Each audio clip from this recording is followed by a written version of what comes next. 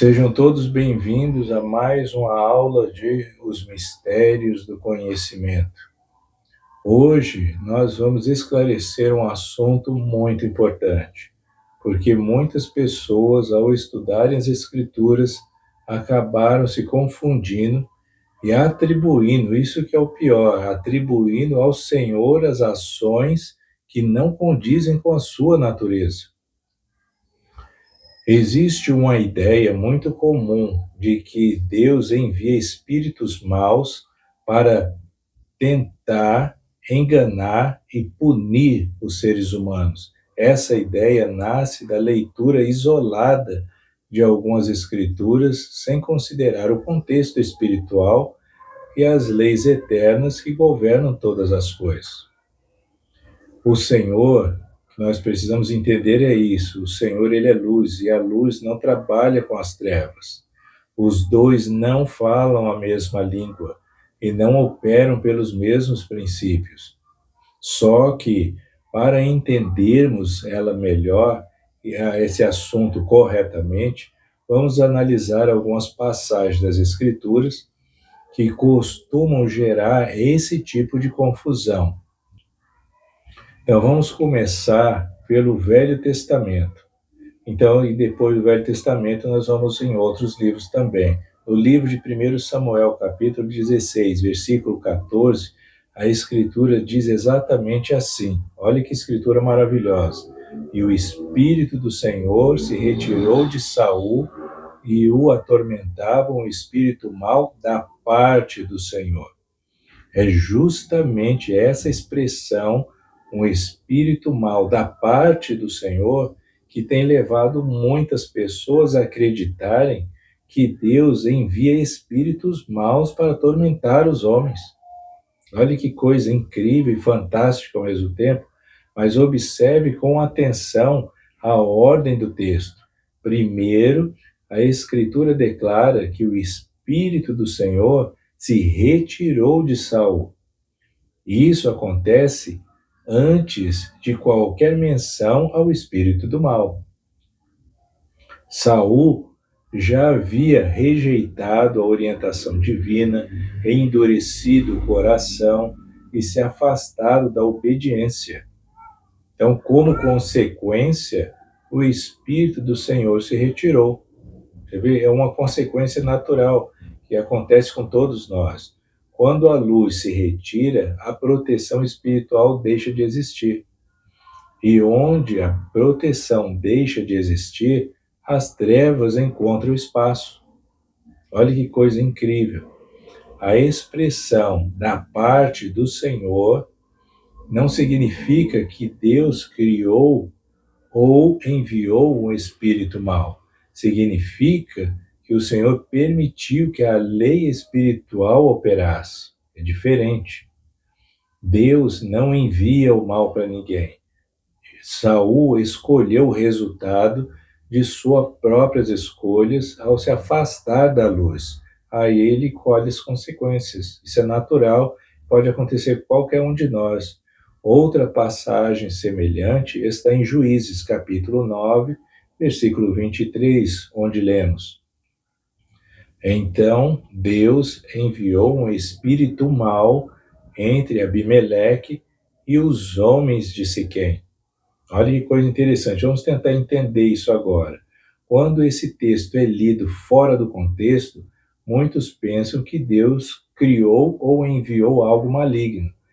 Mas o contexto mostra que já havia traição, violência, ambição e derramamento de sangue. Ou seja, o que se manifesta ali é um espírito de discórdia e de divisão, consequência direta da desobediência a Deus. Deus não cria o mal, ele permite que a lei natural opere. Tudo tem uma lei. Se eu quero uma bênção, eu preciso obedecer à lei dessa bênção. Existe também uma passagem no livro de Jó que muitas pessoas interpretam de forma literal, como se Satanás tivesse se apresentado diante do Senhor e conversado com ele face a face. Mas isso não é possível. Agora, por que que não é possível? Porque o Senhor é luz, e onde há luz, as trevas não suportam permanecer.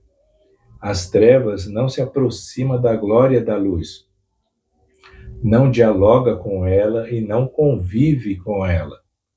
Essa passagem não descreve um encontro literal entre Deus e Satanás. Ela utiliza uma linguagem simbólica para ensinar que o mal não age de forma soberana ou independente. Satanás está sujeito a leis e ele não ultrapassa limites.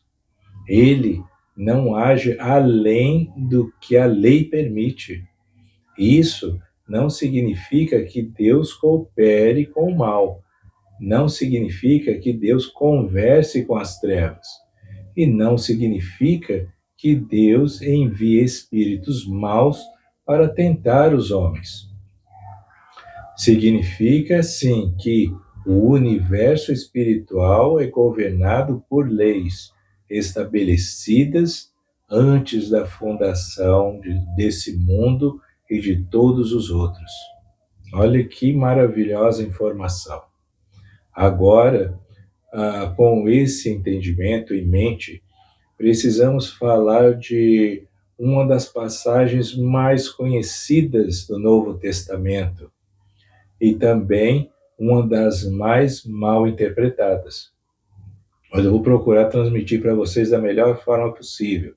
Está escrito que Jesus foi guiado pelo Espírito ao deserto, onde jejuou 40 dias e depois foi tentado. Muitas pessoas leem esse texto e concluem que o Espírito Santo levou Jesus ao deserto para que Satanás o tentasse. Mas essa conclusão não é correta. Ora, por que que não é correta? Jesus não foi levado ao deserto para ser tentado. Ele foi levado ao deserto para jejuar, para orar e se preparar espiritualmente. Esse é o propósito do jejum. A tentação acontece depois. Ele não vem de Deus, a tentação. Ela vem do adversário. O Espírito Santo conduz Jesus ao isolamento, à consagração e à comunhão com o Pai dele. Satanás se aproveita desse momento para tentar. Deus não envia tentação. O Senhor não coopera com o tentador. O Senhor, ele prepara, fortalece e sustenta todas as pessoas. Esse é o propósito dele. Mais uma vez, vemos que o mesmo princípio, a tentação não vem da luz.